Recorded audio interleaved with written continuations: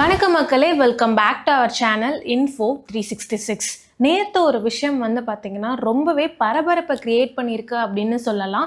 வியாசார்பாடியில் நடந்த தீ விபத்துக்கு உதவி பண்ண போன தாவேகாவோட பெண் நிர்வாகிகளுக்கு மேலே போலீஸார் வந்து பார்த்திங்கன்னா ரொம்பவே மோசமான முறையில் நடந்துக்கிட்டாங்க அப்படின்னும், இன்னும் சொல்லப்போனால் அவங்களோட ஆடைகளை வந்து பார்த்திங்கன்னா கிழிக்கிற அளவுக்கும் பூட்ஸ் காலில் வந்து அவங்கள மிதிக்கிற அளவுக்கு வந்து ரொம்ப கடுமையாக நடந்துக்கிட்டாங்க அப்படின்ற ஒரு விஷயம் வந்து நடந்திருந்தது. இதுக்கு தாவேகாவோட தலைவர் விஜய் அவர்களும் ஒரு நீண்ட பக்கத்துக்கு ஒரு அறிக்கை விட்டிருந்தாரு. பட் இந்த மாதிரிலாம் நடக்கல அப்படின்ற மாதிரி போலீஸ் தரப்புல இருந்து சில விளக்கங்களை கொடுத்திருக்காங்க. ஓவராலா இந்த ஒரு இன்சிடென்ட்ல என்ன நடந்தது அப்படின்றதுலாம் தான் இந்த வீடியோல நம்ம டீடைல்டா பார்க்க போறோம். இந்த மாதிரி ரெகுலரான கண்டென்ட்ஸ் தெரிஞ்சுக்கணும் அண்ட் உங்களுக்கு வேற ஏதாவது கண்டென்ட்ஸ் பத்தி இன்ஃபர்மேஷன்ஸ் தெரிஞ்சுக்கணும்னு நினைக்கிறீங்க அப்படின்னா அதை கமெண்ட் பாக்ஸ்ல கமெண்ட் பண்ணுங்க. இப்ப இந்த வீடியோக்குள்ள போலாம். இது Info 366.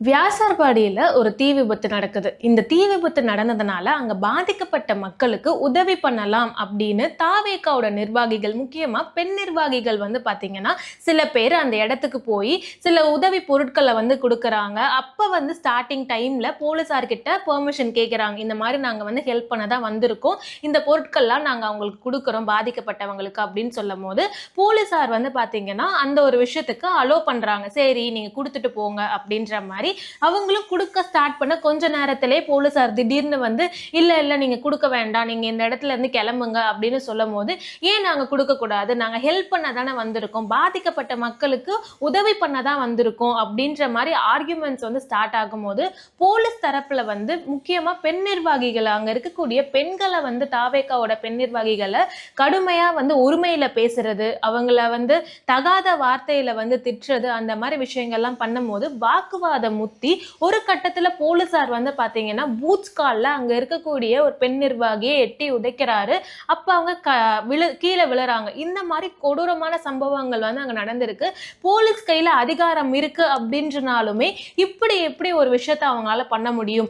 இந்த திமுக ஆட்சியில இதுதான் வந்து முதலமைச்சர் வந்து ஊக்குவிக்கிறாரா, இவரோட ஆட்சியில இதுதான் வந்து நடந்துகிட்டு இருக்கா, இதுதான் வந்து நாங்க பாசிசம் ஆட்சின்னு சொல்றோம் அப்படின்னு இந்த ஒரு சம்பவம் நடந்து இது மிகப்பெரிய பேச பொருளா மாறினக்கு அப்புறம் தாவேகாவோட தலைவர் விஜய் அவர்கள் ஒரு நீண்ட பக்கத்துக்கு ஒரு அறிக்கை வெளியிடுறாரு. இதுதான் நாங்க சொல்லிட்டு இருக்கக்கூடிய தமிழ்நாட்டோட நிலைமையா இருக்கு.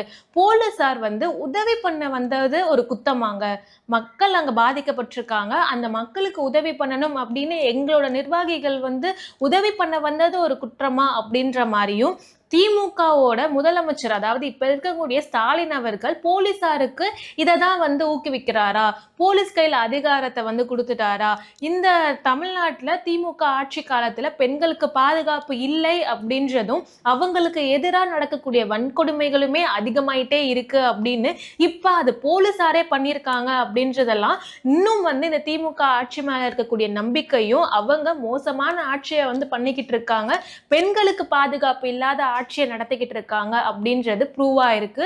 ஒரு பாசிசம் ஆட்சி தான் இப்ப நடந்துட்டு இருக்கு அப்படின்றது அகைன் வந்து பாத்தீங்கன்னா நிரூபிச்சிருக்காங்க திமுக அப்படின்னு ரொம்ப அதிகமான வார்த்தைகளாலையுமே வந்து அவரோட கோவத்தை வந்து பாத்தீங்கன்னா அந்த ஒரு அறிக்கை மூலியமா வெளிப்படுத்தி இருந்தாருன்னு சொல்லலாம். அதுல என்ன அப்படின்னா, அந்த பாதிக்கப்பட்ட பெண்கள் வந்து ஹாஸ்பிட்டல் அட்மிட் ஆயிருந்தப்ப கால் பண்ணி புஷி ஆனந்த் அவர்கள், பொதுச் செயலாளர், அவர் வந்து பாத்தீங்கன்னா நேர்லயே போய் அவங்கள மீட் பண்ணி அவங்களுக்கு ஆறுதல் சொல்லி இந்த ஒரு விஷயத்துல என்ன நடவடிக்கைகள் அவங்க எடுக்க போறாங்க அப்படின்றதெல்லாம் அவங்க கன்சல்ட் பண்ணி நாங்க செஞ்சு எங்களை அவ்வளவு கேவலப்படுத்தி தகாத வார்த்தையில பேசி என் ட்ரெஸ் எல்லாம் கிழிச்சு ரொம்ப மானபங்கப்படுத்தினாரு சார். அந்த பாதிக்கப்பட்ட பெண்களுக்கு வந்து பாத்தீங்கன்னா ஒரு ஆறுதல் சொன்ன டைம்ல தாவேகாவோட தலைவர் விஜய் அவர்கள் போன் கால்ல வந்து அந்த பெண்களுக்கு வந்து பாத்தீங்கன்னா ஆறுதல் சொல்றாரு. அந்த டைம்ல அந்த பெண்கள் எக்ஸ்பிளைன் பண்றாங்க போன் கால்ல, நாங்க வந்து உங்களோட அதாவது உங்க பேரை முன்னிலை நிறுத்தி தான் நாங்க மக்களுக்கு வந்து உதவி பண்ணணும்னு நாங்க போறோம், ஆனா எங்களை ரொம்பவே கேவலமா அசிங்கப்படுத்தி ரொம்ப இழிவுபடுத்தி ஆடைகள்லாம் கிழிச்சு இப்படி வந்து ஒரு விஷயம் பண்றாங்க.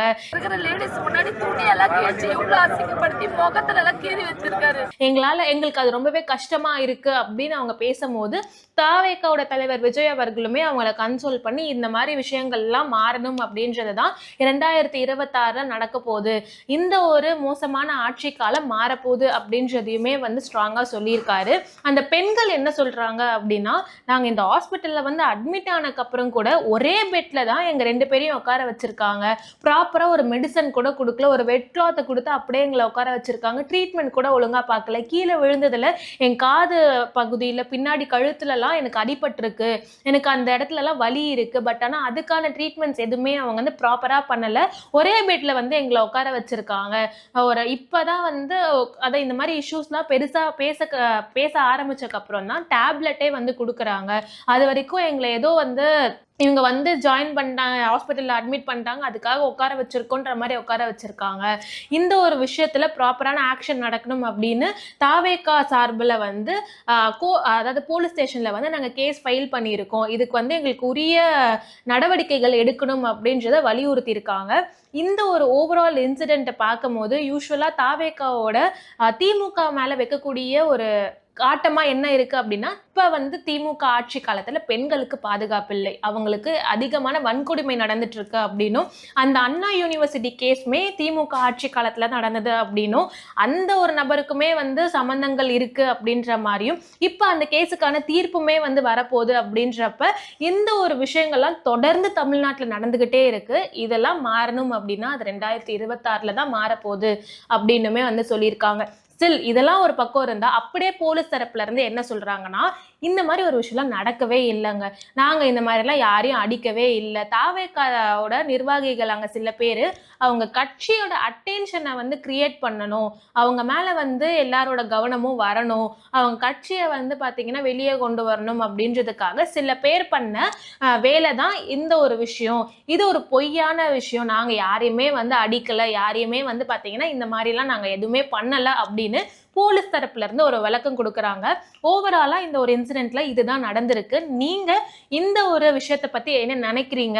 போலீஸ் தரப்புல இருந்து சொல்லக்கூடிய விளக்கங்கள் ஏத்துக்கிற மாதிரி இருக்குன்னு நினைக்கிறீங்களா, இல்லையா? 2026ல உண்மையாவே தாவேகா வந்து ஆட்சிக்கு வராங்க அப்படின்ற சமயத்துல இதெல்லாம் மாறும் நினைக்கிறீங்களா அப்படின்றதெல்லாம் கமெண்ட் பாக்ஸ்ல ஷேர் பண்ணுங்க.